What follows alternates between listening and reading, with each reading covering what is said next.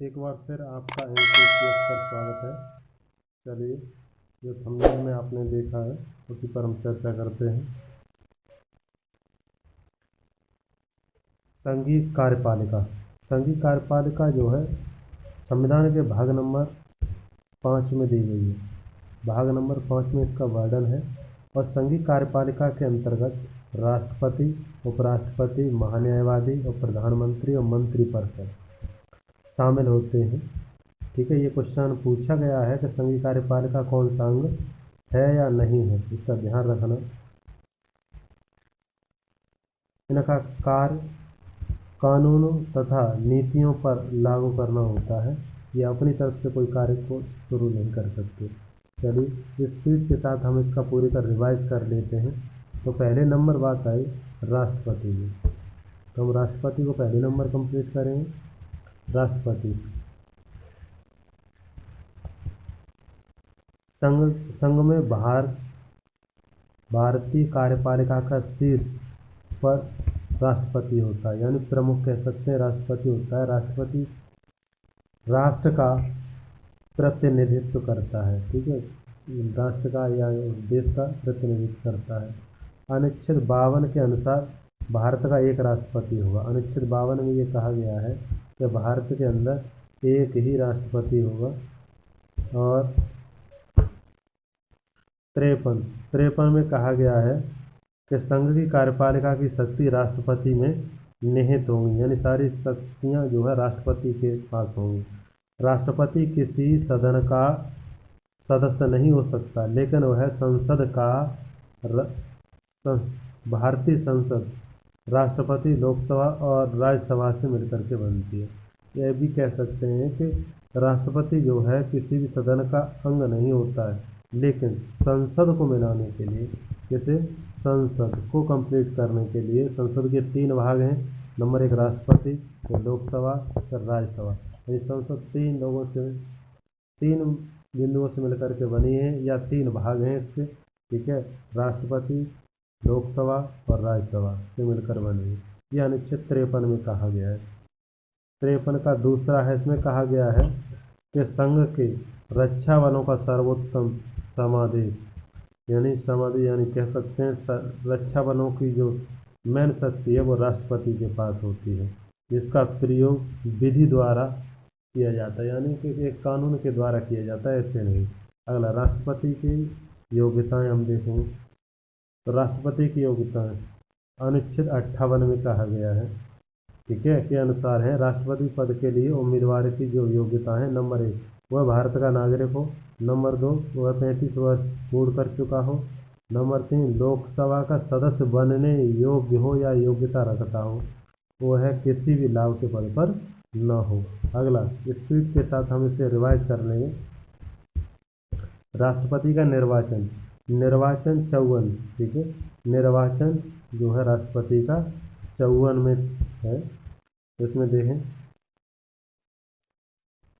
अनुच्छेद 54 के अनुसार राष्ट्रपति का निर्वाचन संसद तथा विधानसभा के निर्वाचित सदस्यों द्वारा किया जाता है। यह भी ध्यान रखना है, संसद तथा राज्य विधानसभा के निर्वाचित सदस्य ही इसमें भाग ले सकते हैं।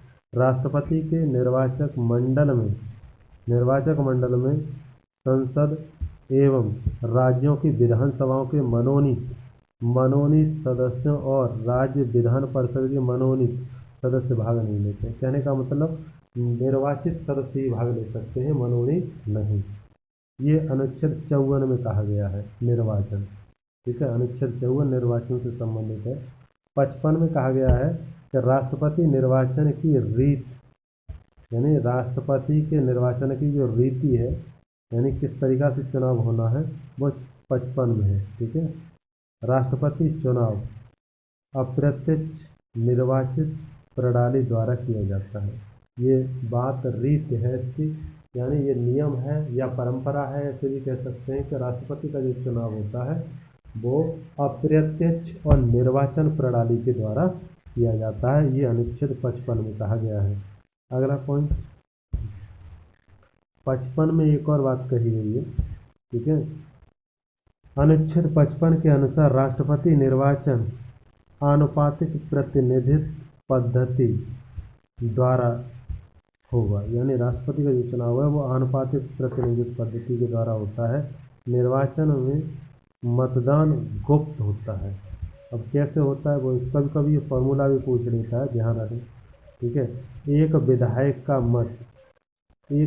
का मत होता है राज्यसभा की कुल जनसंख्या बट्टे राज्य विधानसभा के निर्वाचित कुल सदस्य इंटू 1/1000 1000।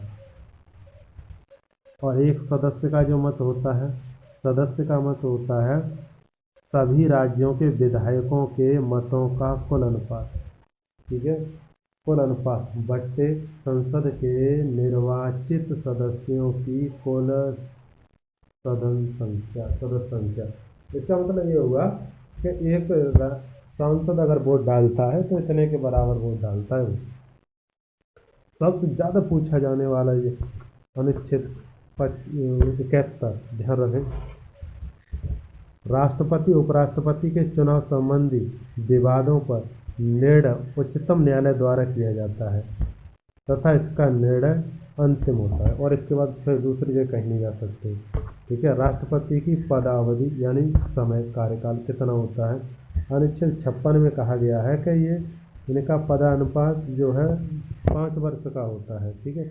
अपना पद धारण करता है, किंतु 5 वर्ष से पूर्व किसी भी राष्ट्रपति को अपना त्यागपत्र दे भी सकता है। यानी 5 वर्ष तक इसका चुनाव पद पर रह सकता है और 5 वर्ष के अंदर अगर वो चाहे किसी को हम कि अपना त्यागपत्र देंगे तो दे सकता है। अगला पॉइंट, उसे संविधान का अतिक्रमण करने पर अनुच्छेद 61 में संबंधित महाभियोग की प्रक्रिया द्वारा हटाया जा सकता है। यानी राष्ट्रपति अगर कुछ अपनी तरफ से कुछ करता है ऐसा जो किसी को पसंद नहीं है या देश उसे नहीं चाहता है तो संसद के द्वारा उसे महाभियोग के द्वारा हटाया जा सकता है। वो अनुच्छेद 61 के तहत महाभियोग लाया जाता है। अगला पॉइंट, राष्ट्रपति अपने 5 वर्ष की पदावधि की समाप्ति के पश्चात तब तक अपना पद धारण करता है जब तक उत्तराधिकारी यानी दूसरा नया राष्ट्रपति नहीं आ जाता तब तक के लिए। अगला, राष्ट्रपति की शपथ, ठीक है। राष्ट्रपति की जो शपथ है वो अनुच्छेद 60 के तहत, ठीक है, 60 लगा के ऐसे भी कह सकते हैं, शपथ में 60 लगा दो, ठीक है, 60 अनुच्छेद 60 है। तो इसकी शपथ जो है उच्चतम न्यायालय के मुख्य न्यायाधीश अथवा उसकी अनुपस्थिति में उच्चतम न्यायालय का ज्येष्ठ न्यायाधीश, और अगर ये भी नहीं है भारत को राष्ट्रपति को शपथ दिला सकता है, ठीक है। तो कोई ऐसा प्रमुख से दिया जाता है उसी में से ही, अगर ये नहीं है तो। अगला पॉइंट है, राष्ट्रपति अपने पदीय कर्तव्यों के निर्वहन, संविधान और विधि परिरक्षण, संरक्षण, प्रतिरक्षण एवं जनता की सेवा के कल्याण में निरंतर रखने की शपथ लेता है, ठीक है। ये शपथ लेता है कि मैं जनता की सेवा करूँगा और प्रतिरक्षण और संरक्षण के द्वारा, ठीक है। अगला है वेतन भत्ते। तो वेतन भत्ते राष्ट्रपति के वेतन भत्ते जो है अनुच्छेद 59 के अनुसार राष्ट्रपति बिना किराया दिए शासकीय आवास का उपभोग करता है, ठीक है। और विशेष अधिकार और भी मिलते हैं इसे संसद विधि द्वारा। ये जो है उसका वेतन जो है संसद की जो विधि द्वारा नियुक्त होता है कि कितना इसे दिया जाना चाहिए कितना नहीं। राष्ट्रपति का वेतन भारत की संचित निधि द्वारा दिया जाता है। अगला, आयकर से मुक्त होता है, ये भी ध्यान रखें, इनका कोई टैक्स नहीं लगता है। और राष्ट्रपति अपनी पदवियों के वेतन भत्ते के दौरान कम नहीं कर सकता, ठीक है। उनके जो अगर कोई राष्ट्रपति चुन लिया गया है उस समय अगर किसी का वेतन भत्ता कम करना चाहें तो ये उसके कार्यकाल के दौरान नहीं होगा। ठीक है, अगले कार्यकाल के लिए स्वीकृत की जाती है। राष्ट्रपति पर महाभियोग 61, ठीक है, 61 महाभियोग जो है अभी आपको बताया, अनुच्छेद 61 के तहत राष्ट्रपति तो महाभियोग की प्रक्रिया दी जाती है, जिसके अनुसार राष्ट्रपति द्वारा संविधान का अतिक्रमण किए जाने का उल्लंघन करने पर इसके विरुद्ध राष्ट्रपति पर महाभियोग चलाया जाता है। राष्ट्रपति के विरुद्ध महाभियोग संसद द्वारा चलाई जाने वाली एक अर्ध न्यायिक प्रक्रिया है। यह भी एक न्यायिक प्रक्रिया है और वो भी अर्ध आदि, ठीक है। राष्ट्रपति को हटाने के लिए महाभियोग जो चलाया जाता है। महाभियोग का प्रस्ताव संसद के किसी भी सदन में लाया जा सकता है, ठीक है। इससे पूर्व से 14 दिन के लिए राष्ट्रपति को सूचित किया जाना चाहिए, ठीक है। कम से कम एक चौथाई यानी 1/4, कम से कम 1/4, 1/4 सदस्य इसका समर्थन करते हैं, 1/4, तो ये महाभियोग पूर्णतः सफल हो जाएगा। 1/4 यदि इस आशय का प्रस्ताव उस सदन में जिसमें वह रखा गया है समस्त सदस्यों में से कम 2/3 से पारित होता है, जो वह आगे की जांच के लिए दूसरे सदन में भेजा जाएगा। तब और जिस सदन में पहली बार प्रस्तुत किया जाता है उसमें 2/3, ठीक है, 2/3 बहुमत से उसमें पारित होना चाहिए।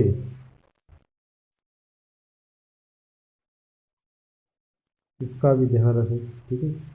राष्ट्रपति का जो पूर्ण रूप से महाभियोग का प्रस्ताव होता है वो मान्य होता है 2/3 बहुमत पर, 2/3 बहुमत पर मान्य होता है।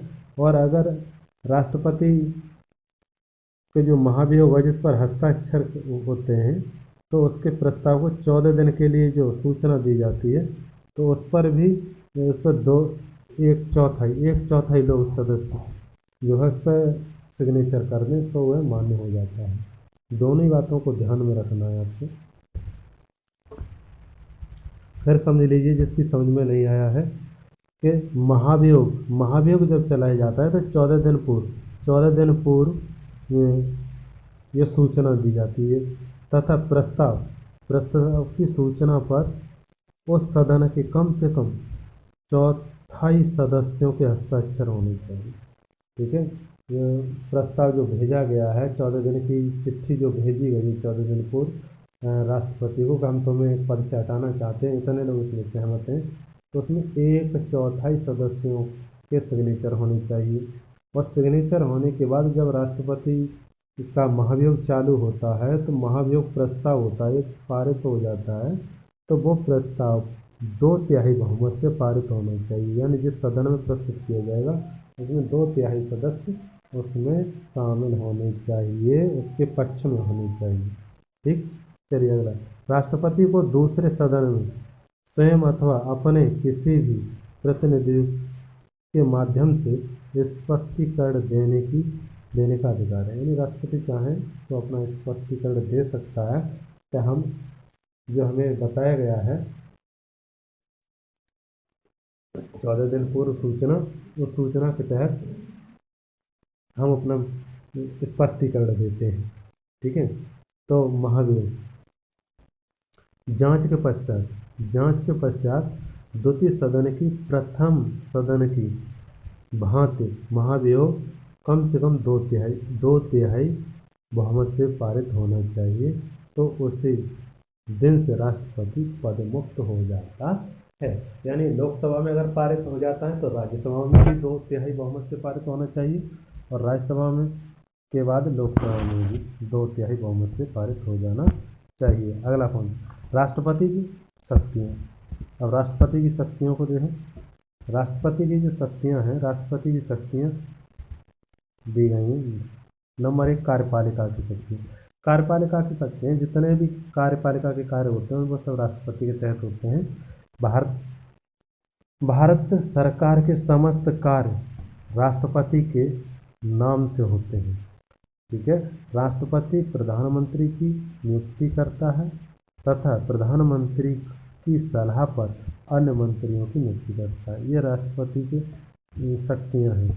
राष्ट्रपति नियंत्रण महालेखा परीक्षा अधिकारी, महान्यायवादी, सर्वोच्च न्यायालय, ठीक है, के मुख्य न्यायाधीश, राज्यपाल, विदेशों में राजदूत, संघ लोक सेवा आयोग के अध्यक्ष एवं सदस्य, मुख्य चुनाव आयोग, वित्त आयोग, भाषा आयोग के अध्यक्ष व अन्य नियुक्तियां भी करता है। इस तरीक़ा से राष्ट्रपति इन सभी की जो उच्च पद है उन सबकी राष्ट्रपति ही नियुक्ति करता है। ठीक है। अगला है विधायी शक्ति। ये कैसी शक्ति है? ये जो है कार्यपालिका की शक्ति है। जो कार्य करने वाले कर्मचारियों की जो नियुक्ति करता है वो कार्यपालिका के तहत आते हैं और वो कार्यपालिका की शक्ति है। ठीक है। अब विधायी शक्ति है। अब विधायी शक्तियों में क्या होता है? विधायी शक्तियाँ राष्ट्रपति की जो है जो विधेयक बनता है उसके ऊपर होती है। जैसे प्रत्येक वर्ष संसद के प्रथम अधिवेशन, प्रत्येक नए चुनाव के बाद राष्ट्रपति संसद को संबोधित करता है। यानी राष्ट्रपति 2 बार संबोधन करता है। नंबर 1 प्रत्येक वर्ष के प्रथम अधिवेशन को, और दूसरा संबोधन करता है जब कोई सरकार नई बनती है तब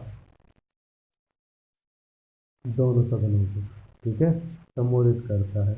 अनुच्छेद 123 के अनुसार अध्यादेश भी जारी कर देता है राष्ट्रपति। ये विधायी शक्ति है। वित्तीय शक्ति, ठीक है, वित्तीय शक्ति, धन विधेयक को राष्ट्रपति की पूर्व अनुमति, धन विधेयक जो होता है उससे लोकसभा में या राज्यसभा में प्रस्तुत करने से पहले, जहाँ पहले नंबर प्रस्तुत किया जाएगा, और प्रस्तुत करने से पहले राष्ट्रपति को ये वहाँ सूचना दी जाती है कि देखो हम ये धन विधेयक को प्रस्तुत कर रहे हैं। तो जब वो वहाँ पर पूर्व अनुमति लेनी पड़ती है उसके बाद धन विधेयक पेश होता है, संसद में पेश किया जाता है। वार्षिक वित्तीय विवरण को संसद के समक्ष रखना, ठीक है, जो बजट रखा जाता है वो भी, ये वित्तीय शक्तियाँ हैं राष्ट्रपति की। न्यायिक शक्ति, राष्ट्रपति की जो न्यायिक शक्ति है वो क्या शक्ति है? न्यायिक शक्तियों में उच्चतम न्यायालय के मुख्य न्यायाधीश एवं अन्य न्यायाधीशों की नियुक्ति, ये न्यायिक शक्ति में आ जाती है। अनुच्छेद 72 के तहत अपराध के लिए दोष सिद्ध व्यक्ति को राष्ट्रपति क्षमा एवं दंडादेश या निलंबन या मृत्युदंड के स्थान पर राहत या माफ़ी दे सकता है। अनुच्छेद 72 के तहत। और 71 के तहत क्या होता है कि राष्ट्रपति के जो विवादित वो हैं वो सभी चुनाव आयोग करता है। अगला राष्ट्रपति की वीटो शक्तियाँ। वीटो शक्तियों में राष्ट्रपति के पास 3 प्रकार की वीटो शक्तियाँ हैं। कौन कौन सी हैं राष्ट्रपति के पास 3 वीटो शक्तियाँ? वो आपके सामने है। नंबर 1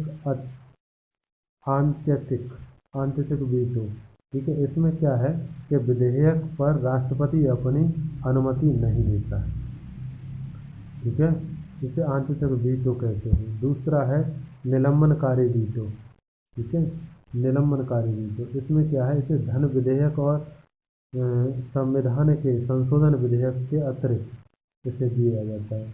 लौटाने का प्रभाव सिर्फ अनुमति का निलंबन होता है इसमें, ठीक है।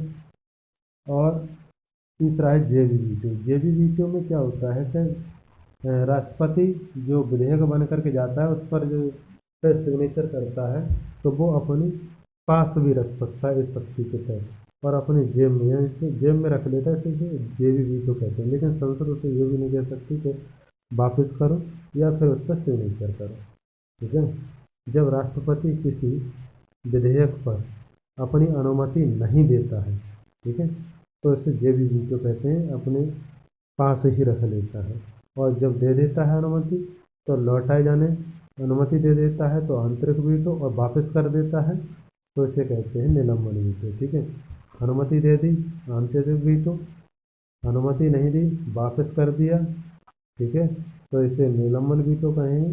और अपने पास रख लिया तो इसे जेबी वीटो,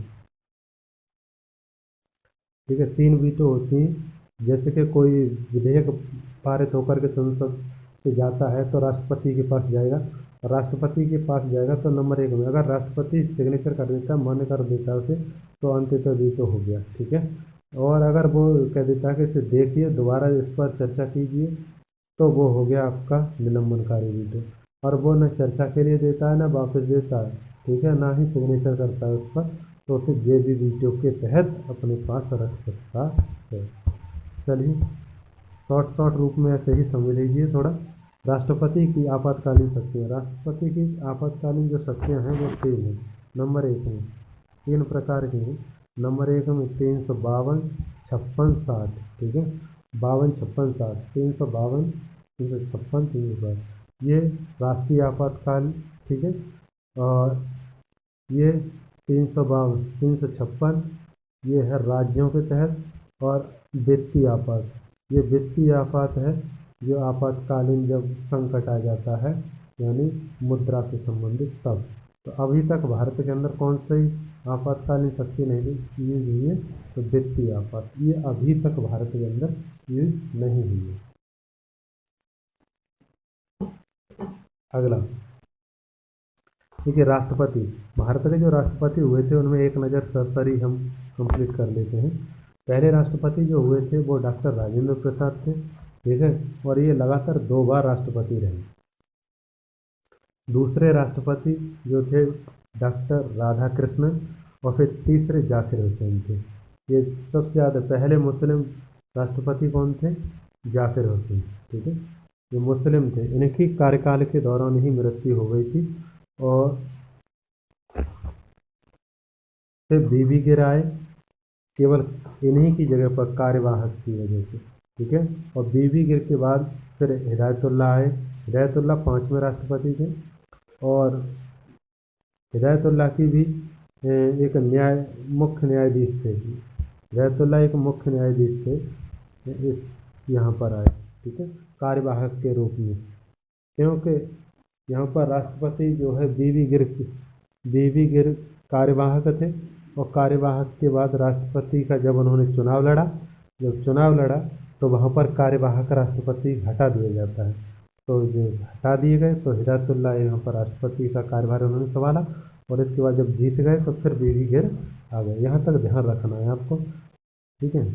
और भी राष्ट्रपति हैं सभी, बीडी जत्ती, और ये लास्ट में जो है प्रणब मुखर्जी भी राष्ट्रपति रहे। प्रणब मुखर्जी 16वें राष्ट्रपति थे, ठीक है। और 16वें राष्ट्रपति रामनाथ कोविंद 17वें राष्ट्रपति हैं। लेकिन राष्ट्रपति के नाम से देखेंगे तो 14वें राष्ट्रपति। और राष्ट्रपति के नामों के हिसाब से देखते हैं तो ये 17वें राष्ट्रपति हैं, ठीक है।